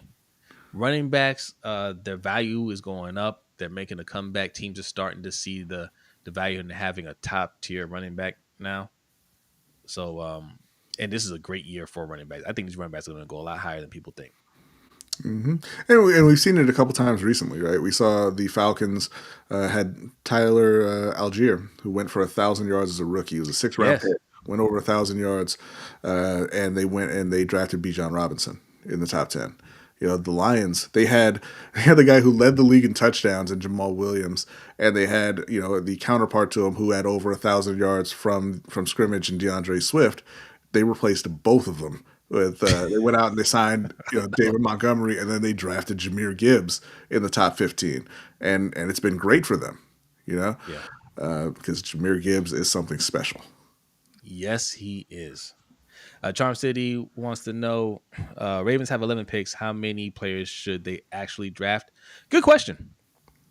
I'm going to say about 6 or 7. I was going to say 5. Yeah. If you really want to know what I think they should do, they need to go Viking aggressive. You guys remember the Vikings draft where they traded everything to get 3 first-round draft picks? And then missed on 2 of them. Oh. Yeah. Unfortunate. Yeah. It looked like 3 for a while because Cordell Patterson was not the kind of player we thought he was going to be. Right? We thought he was going to be like a top-tier wide receiver, and he turned out to be a great kick returner and more of a running back type of player. Yeah, a pretty decent running back. Yeah. So they missed on 3 picks. Right, because he was a busted pick. Well, and I think Xavier Rhodes, I believe, was one of the 3 as well, and he was a good player, and injuries kind of took him out. But yeah, it wasn't great. And a D tackle, I can't remember who the D tackle was. Sharif Floyd. Yeah. But don't be scared. Don't be scared. We need to trade everything we can to get 3. Somehow consolidate those 11 picks into 3 first-round picks or 2 first-round picks in the 3rd, or all of our picks need to be in the top 3, and go and get guys that you're confident, highly confident can play. I don't want to hear this. Our board shows that there were 30 draftable players. Okay, how many are startable? Right. Once you 10, all right. Get 3 of those guys. Forget the rest of those picks, and go and get the guys that you think can start. And listen, you can do that every now and then. Okay, you can really really go all in every now and then. You can't do it often. that was Dave Gettleman's approach when he was the GM in Carolina. They never once drafted 7 players because he said, "Hey, you know what? I don't like anybody else. Trade my picks." And so you had draft classes with 4 and 5 guys, and that ultimately was what led to Carolina having absolutely no depth because he did it every single year. You can't do it every year, but you can do it every now and then. And when you are that close to potentially winning a Super Bowl or playing for a Super Bowl, at some point, man, you gotta say, hey, I'm all in, and I'm gonna make the moves necessary to get us over that hump. And Baltimore just refuses to do it. And also stick to your guns, right? Be be a man of conviction. All right. If you want to build the defense, build the defense. If the scenario played out like our friend Chris said, and Malachi Starks is there, and they're like, we can't pass up on them. We gotta get them. All right. You also need to go and get a nose tackle high that can play right now. You also need to go and get a cornerback that can play right now. Be aggressive and go get those players that can, that are young, that can play right now, and we can have the type of defense that we always talk about having, but we don't actually have. Right? Mm-hmm. Let's go out there and get that Philly style defense. Right? Really go out there. And by the way, Zach, or we love you, man. You're going to be a good defensive coordinator. Right now, you're going to be assistant defensive coordinator. We got to get somebody that knows what he's doing right now. Not Chuck Pagano. I honestly don't think it matters who they bring in on defense because their problem isn't talent. Their problem on defense is that the team takes their cue from John Harbaugh, and John Harbaugh has no fire. John Harbaugh has no dog. Yeah, I hate that saying too. I don't like it at all. But John Harbaugh has no dog in him, right? There's no fight in him, and so the defense plays that way. They play with no fight. They go out there and then say, "Yeah, okay, well, we forced a punt. Happy?" And everyone's like, "No, we're not happy," because again, you watch the Chiefs in the Super Bowl. O-line was missing some players, right? Joe Thuney had to move over to left tackle, and the Eagles front after him, right? Yeah. They got after Pat Mahomes every single play. They would not let him rest. When Baltimore played the Chiefs were missing a starting guard in that AFC Championship game, and you had a guy coming off a 13 sack season. He should have punched him. He didn't dominate that backup guard. Like, and I'm not saying he played terribly or anything, but you have to have guys who will go out there and say, "Man, look, I'm taking over this game." Well, no, let me not say that. You do have guys who say that. You need guys who will do it. Yeah. Roquan will say it. You need guys who will do it. EDC cooking ice cream. You guys say we're tough on EDC, man. You guys come out with some crafty disses here. All right. That's enough for now. Okay. Hopefully there's some other moves made before the draft. The Ravens have a lot of work to do. The Panthers got a lot of work to do. All right. We just gotta hope, man. We're gonna keep saying, what we think they need to do. And we just got to hope that they make some of the right moves. Because all the things that they need to do, they don't have to hit on every one of them, right? Mm-hmm. But if they hit on a couple or a few of these, the team can do. Because no team is perfect, but we can really have a serious conversation about competing. If they go and get 2 veteran guards, right, or at least one that we feel good about, I feel a lot better about that O-line. And what they can do and protecting Lamar. And it's like I used to tell you all the time with Carolina. I was like, man, Cam Newton is that guy, right? They've got the guy at quarterback. He's a great player. He's a type of player we haven't really seen in the league. And I'm looking at the team and I'm like, there's issues all over the team. They're a poorly run franchise. You got no O-line. You don't really have any receivers. You don't have good coach. You got Ron Rivera coaching with Mike Shula as the offensive coordinator. And I'm like, all they have to do is fix one of them. If they fix the O-line, or if they go out and they get a top-tier receiver, or if they get some better coaching, they're going to take off. And then they went out and they got competent O-line play, and they went 15-1 and went to the Super Bowl. And then they said, let's draft Vernon Butler instead of Derrick Henry or Chris Jones, or even Mike Thomas at that point. And then Kelvin Benjamin did his act on the sideline where he was like, oh, I'm not gonna fight for the ball or try to tackle this guy, and Cam got hurt, and that was the end. Yeah. But you don't have to be perfect. You have to be aggressive. You have to try to fix the things that you need to fix. You need to try to reach that mountaintop, right? Baltimore's chilling at base camp, and they're just like, man, like, we can see the top from here. It's fine. And look at that view of all the losers down there. This is great. We'll just chill right here. Look at that, right on time. Yeah, Kim says the Chiefs are sitting back and letting you guys do all this talking. Well, that's because y'all can't talk because you got your quarterback murdered in the Super Bowl, right? Hey, when you win as many Super Bowls as they win, they could take an L like that and keep talking trash. It's their second one, though. Yeah, but they have 3 of them, right? It is great being a Chiefs fan. I'll tell you that. Even when you get beat down in the Super Bowl, you're just like, hey, we're still great. We got more than your team. Mm-hmm. That's a fact, right? All right, ladies and gentlemen, this is going to be a fun court of public opinion. As far as I'm concerned, this is an open and shut case. All right. This ain't a real court, but it is the court that you need. Court of public opinion starts right now.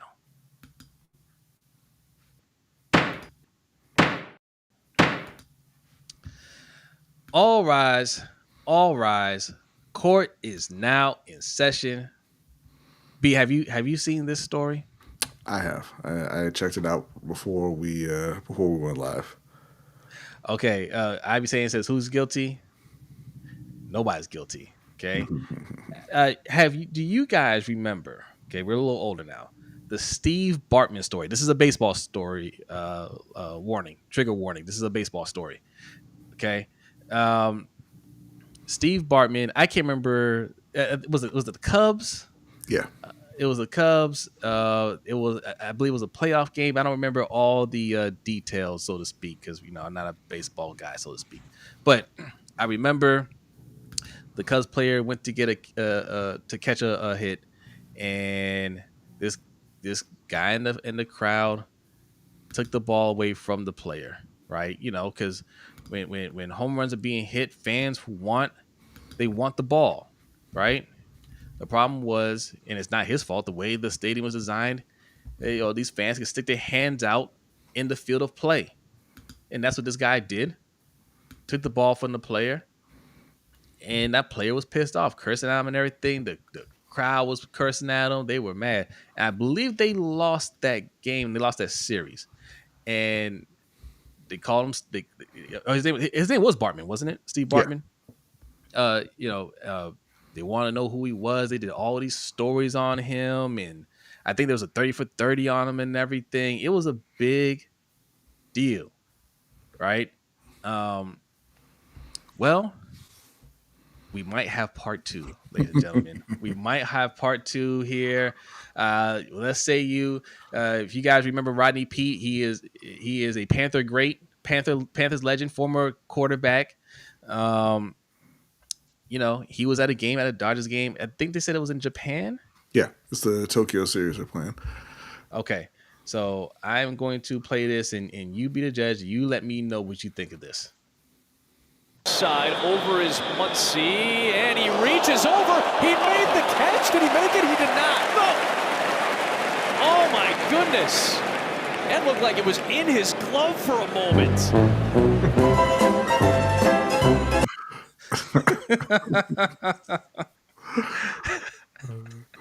What do you guys think? Do you think Rodney Peete is the next Bartman? Is he guilty? Should he have taken that ball from the play? Did he take the ball from the play? That's my first question. What do you see there, B? I'll tell you one thing. I see a man who's never lost in life. Rodney Peete. Rodney Peete has been winning since the day he was born. Man. Since day one. More power to him. No, he did not take the ball from him. The dude missed the ball, and it fell into Rodney Peete's glove because some people don't know this. Rodney Peete was also a very good baseball player. in addition to being a great football player at USC. But Max Muncy, who's the Dodger there, who walked off disappointed, he reached out and he tried to catch it and he failed. And Yes. Rodney succeeded because that's what Rodney does. Rodney wins. Rodney wins. And if you pay close attention, not only was he catching the ball, he was saving it from hitting his wife, who was Holly Robinson Peete, aka Holly Robinson. Mm-hmm. This man stays winning. Okay, he's well versed at winning in life. Okay. Now I'm gonna tell you why he's not guilty. We don't even need to put a poll for this. If you put guilty, you're just dead wrong. First, he didn't take the ball from the guy. The guy missed the catch. Yeah. If you look at it, he didn't take it from him. He stretched. He just went like this. Mm-hmm. The ball fell in his hands, and he literally did it in front. Because Holly Robinson tweeted about it. He's like, "I thought the ball was going to hit me." He just went like this and caught the ball. The guy that's going to catch the ball just missed the catch. He did. Right? They want the clip again. Now, the second reason why this is not a Steve Bartman situation, and Rodney Peete is 100% not guilty, is because he said, "Yeah, I took the ball from you. What are you going to do about it?"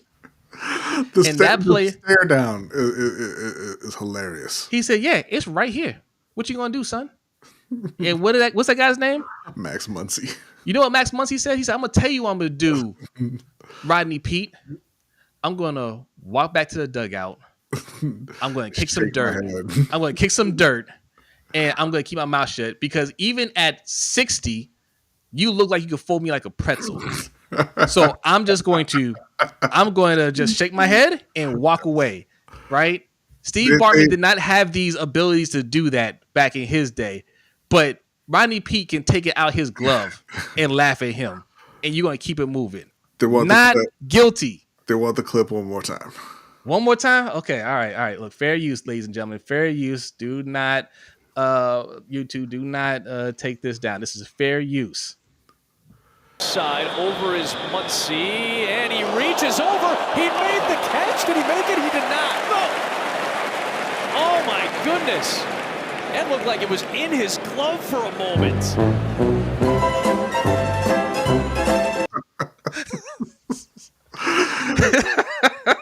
The worst part is he's a Dodgers fan and his son works for the Dodgers. Now, but okay, you see the gloves are right. His gloves over here. Rodney Peete's glove is over here, so he didn't take it from him. Muncy better have been shaking his head at himself. And honestly, I think he was. He didn't say anything, Rodney Peete. He didn't even look at him. He was just like, "Oh man." Right? Like I think he's just mad that because he just missed the catch. He's like, "How could I? I'm a major leaguer. We won the World Series last year. How could I have missed that?" But no, it's funny. But this is also a preseason game, so it's not a big deal. It's hilarious, and it's always great to see Rodney Peete out there living his life and doing well. But no, Max Muncy, you shake your head, you go back to the dugout, and you don't say a word. All right. And I'll tell you what else. If this was Game 7 of the World Series and Rodney Peete did that, he would still be not guilty. You still would have done nothing about it. Yeah. You'd have done nothing about it. There's no hung jury. He's not guilty. Okay, he's not. If the gloves are in the same area, we can have a discussion about it. This guy's glove was this way. The ball went this way where Rodney Peete's glove was, which means the guy just missed it. Rodney Peete just has better hand-eye coordination. Okay. Okay, Buck saying it is actually a regular season game. Guess what? Still don't matter. It's okay. It's Game 2 of the regular season? That's a preseason, my friend. You play 160 games. No, it still doesn't matter. Rodney Peete won this, and I just won't even entertain an argument otherwise. Yeah, you don't. Yeah, sorry. Catch the ball, Max. That's all. Yeah, you had to catch it. You were wrong. You were 100% wrong. All right, but he did the right thing in not saying anything to Rodney Peete and didn't even stare him down. He just shook his head. He probably kicked some dirt and went back to the dugout or went back to the field of play. Okay, you know better. You're not gonna start anything with him, right? No, Buck, they don't. All 162 don't matter. It's just like every other sport. Yes, they're all counted in the standings, but you do not try to win 162 times. Just like basketball teams don't try to win 82 times, hockey teams don't try to win 82 times. Okay, Buck, I want you to answer this honestly. How many of those 162 games do you watch? Buck watches them all. But you watch all 160? He doesn't watch all 162 games. Buck watches. I think he watches nearly all of them. But no, B. Not nearly all of them because they all matter. It's got to be all of them. Why are you missing games that matter? But no, that's the thing. Like, yeah, they all count in the standings, but your team does not try to win 162 times. Oh no. So, no, you don't, Buck. But that is going to be about it for tonight. They take vacation during the season, right? All right. We have. Suge says Buck watches all the D-backs games, which means he watches 0 games that matter. Suge, we all know the Dodgers are going back to back. Why are you watching Arizona?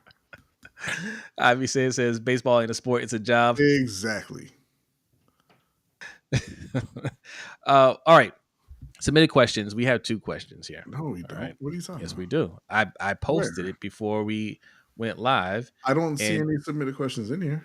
Job, Big B. I just pulled it up. I see it. Okay. Let's go. Let's bring it up. We don't play this video nearly enough. Bring up submitted questions, ladies and gentlemen. Right, well, calm down. All right, hold on.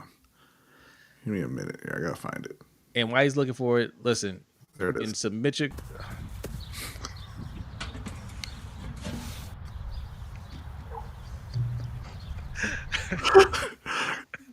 You can submit your question. You gotta change the banner. You can submit your question. There isn't a banner. You didn't make a banner for the questions. That's why I thought we didn't have any questions.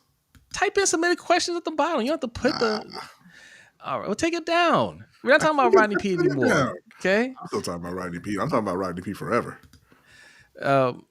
You can submit your questions in our community tab on YouTube, which is where most people like to submit their questions. You can go to LBHTShow at gmail.com. You can hit us up anywhere on social media at LBHT Show. Now, fair warning, if you submit your question, I might be a week late seeing it. All right. We also need a social media manager. If you want to help us pay for these things, because we are growing out here, patreon.com/LBHT Show is how you do it. Okay. Or you just, you want just make a one-time donation, Cash App, Cash App, $LBHT Show. I think we have Zelle too. Did we set up Zelle? I think we have Zelle. Somebody asked us about that one time. I thought we set it up. I don't know. But if that's it, whatever your preference of donating, we can work that out. Okay. We have 2 questions. Right. Both from Big B. Okay. First one is, do you think the Ravens trade Mark Andrews on draft night, or do they keep him as a tight end 2? They keep him as tight end 1. Yeah. They're not benching Mark Andrews. He's not the best tight end on the team, but they will keep him tight end 1. The one thing I always liked about John Harbaugh is he does hype up his players, even when it's complete BS. Right? He does show all the confidence in them to the media at the very least. Right? Not always, most of the time. Like 98% of the time. But I do think they trade him on draft day. Right? I think they're trying to trade him now. They're probably asking for too much, and they said, "Okay, that's too high. But let's wait until draft night, maybe day 2, and see, the teams that might have been interested in getting the tight end didn't get the one they wanted, and they're willing to deal something for Mark Andrews. But I think they're still not going to get what they want to get for him. But I don't think they want to carry on his salary cap anymore, right?" Yeah, I don't think that they care. I think that if they wanted to open up that money, if they had a problem with that salary, they would have cut him at the beginning of free agency and done something more impactful than signing DeAndre Hopkins. They should have. I agree. $11 million right there. plus the 6 you paid to DeAndre, you could have gone out and gotten an impact player, right?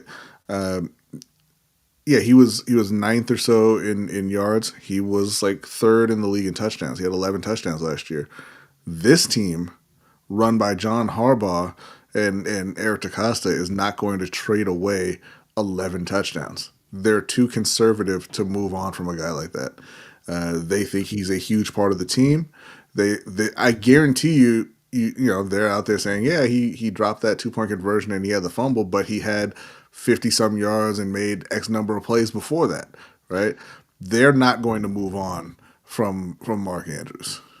I hear you, and if that's their excuse, that's a poor excuse, because he didn't produce 11 touchdowns. He was a recipient of 11 touchdowns.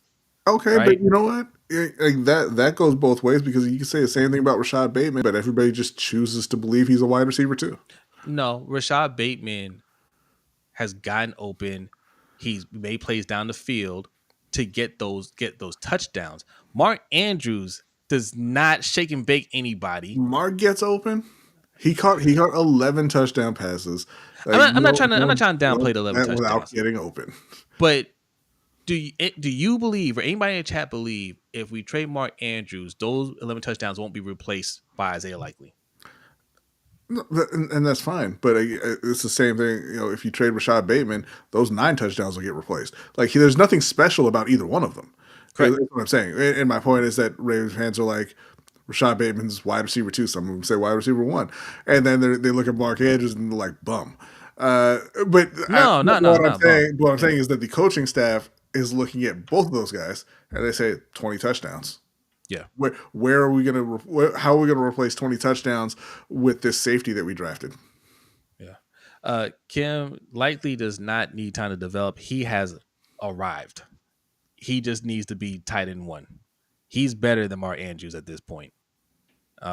Especially in the playoffs. That's not an opinion. That's 100% facts. He needs to take over as tight end 1.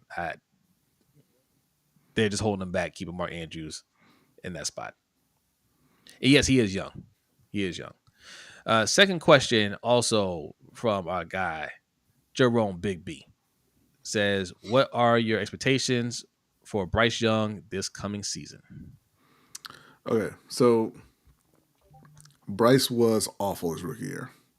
Awful. He did not look like an NFL player. He didn't look like he belonged in the league. First 2 games of his second season, somehow worse. He didn't look like he'd ever even seen a football. Gets benched, sits out for 5 weeks, comes back, and looks like a top 10 QB in the league. He was. If you watch Carolina play, his numbers weren't fantastic, but if you watch him play, my man was dealing every week out there. So my expectations for next season kind of depend on what they do in the draft and free agency and what kind of receiving talent they bring in. Right now, I'm expecting them to be extremely run heavy with Hubbard and Dowdle and their lack of firepower at wide receiver. So I'm going to say for Bryce, I'm going to say 3,400 yards. I'm going to say 22 touchdowns. And I'm going to say that he keeps his interceptions below 7. Yeah, I think something similar like that. Yeah, 3,500 yards. I'm going to go a little higher in the touchdowns, maybe like 25. And his interceptions will be less than 10. They'll be single digit. That man's mentally tough. He's extremely mentally tough. Extremely. If they go out and get a McMillan or a Tyler Warren, they add some legit talent in the draft, then those numbers go up. But like I said, right now I'm expecting them to be very, very, very run heavy.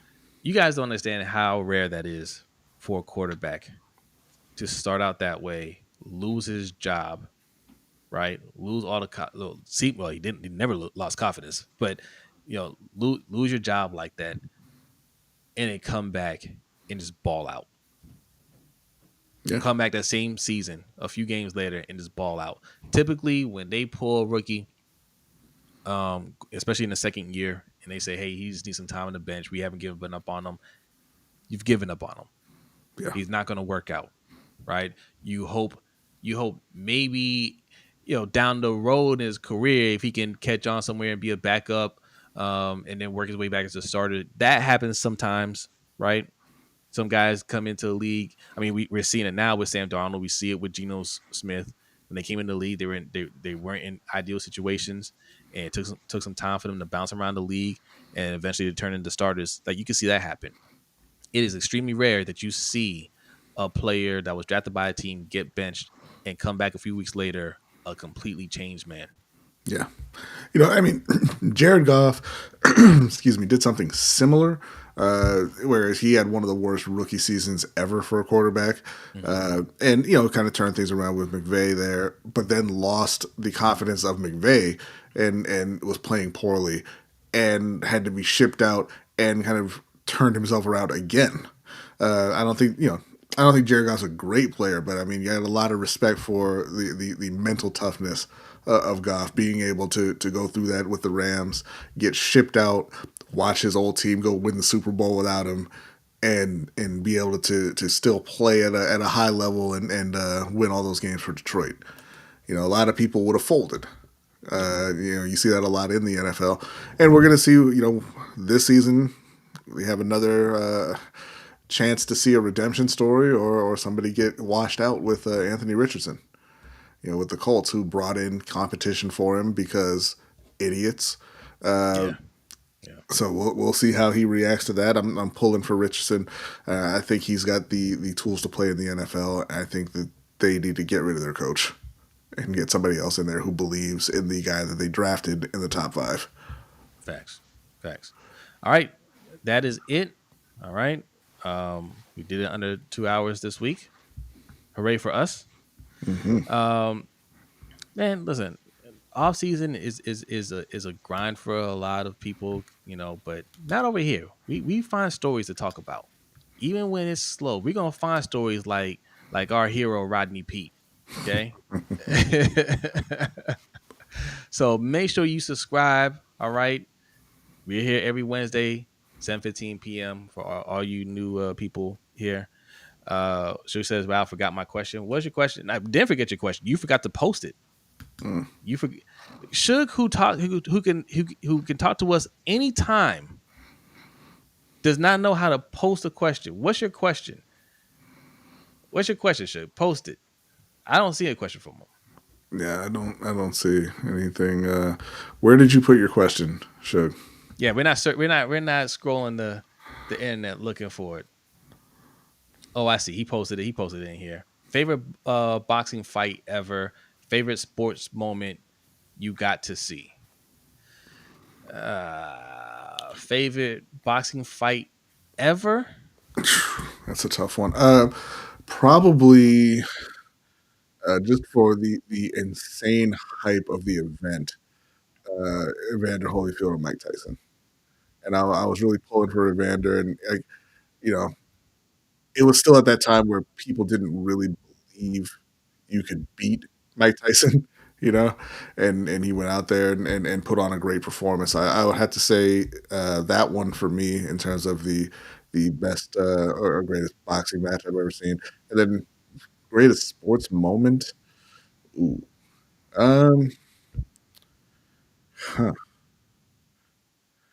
I think that would probably, even though I wasn't a fan, I wasn't rooting for this team to win. It would probably be Jordan's walk-off retirement championship winning shot over Russell.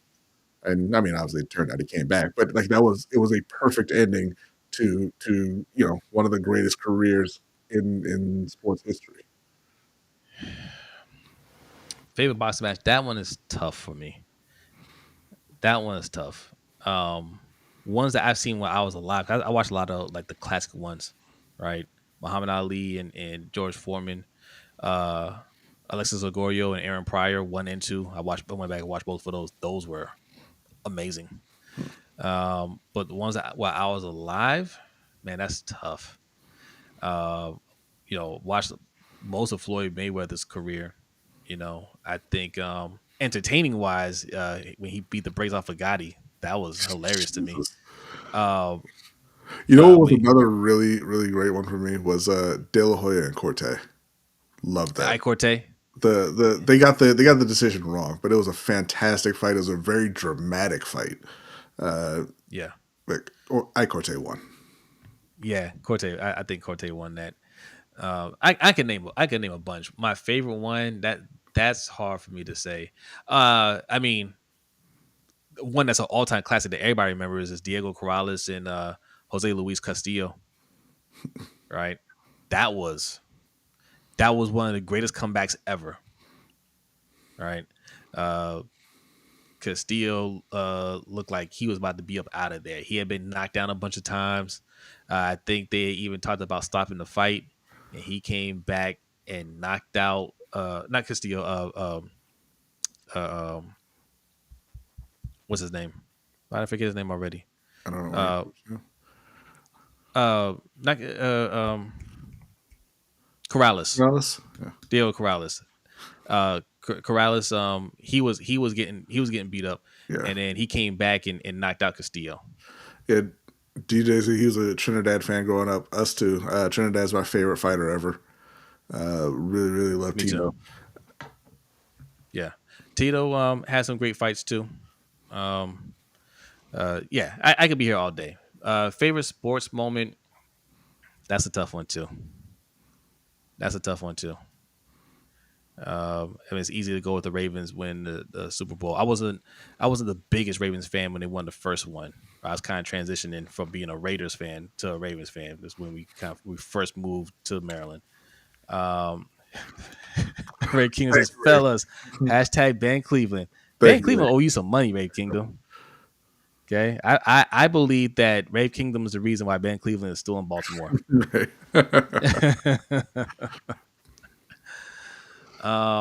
I think I'm a LeBron fan too. I think him coming back down 3-1 to the Warriors, that game 7, that was a special moment. I'll tell you what it would have been. It didn't happen, but it would have been Tim Duncan tipping that ball back in for the series win and to tie Jordan if that had dropped. He came so close. Yeah. So close. Yeah. So, but yeah, those are a couple. We named a couple there. That wasn't quite the answer that you're looking for, but that's the best you're going to get. All right. All right. That is it. All right. Make sure you guys are subscribed. Make sure you're following us on all of our social media. Wherever you go, it is at LBHT Show. Check out our website. I've been teasing it for a while. It is coming. We're close to having our newsletter up and running. So go to our website, LBHTShow.com. Buy some merch. You like the shirts? I know you like the shirt. Everybody says they love this shirt. Okay, there's a Panthers one that's pretty dope on there too. You like the beanie? I know it's getting warm out there, but get one anyway. We got hoodies. We got all kinds of stuff on there. All right, LBHTShow.com. Check out the merch. Sign up for the newsletter. Sign up. It's a dope newsletter. All right. Patreon.com/LBHT Show. That's where you can find us next for the overtime show. We got a good story. It's going to be a lot of fun. All right. It's about the utopian town that some people thought they wanted, and Bear said we wanted more. Okay. So go over there, check it out. No hashtag 3 hour streams. Not over here. Maybe on your channel. Not over here, Bazel. B, are you ready? I am ready. B is ready. A, thanks for rocking with us. There was a lot of people in here tonight on a random Wednesday night. I really appreciate that.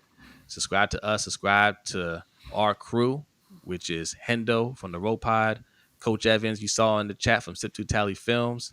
All right, Deep Cover Podcast. You can check out our boys Chris, Mike, and Carrie over there. All right, they're a little sporadic with their streams, but dope content. So subscribe to everybody. Mikey, his makes appearances here and there. We're still doing Ring Kings. You'll see him pop up. All right, he's getting back in the swing of things. He's got a lot going on. I'm actually going to see him this weekend, but he hasn't given up on y'all. Okay, he hasn't given up on y'all. Go subscribe. Check out our content. You'll be entertained throughout this whole off season. I promise you. That is it. We are out of here. Patreon members, get ready. The overtime show is starting right now. Everybody else, have a great night, We will see you next time. Peace.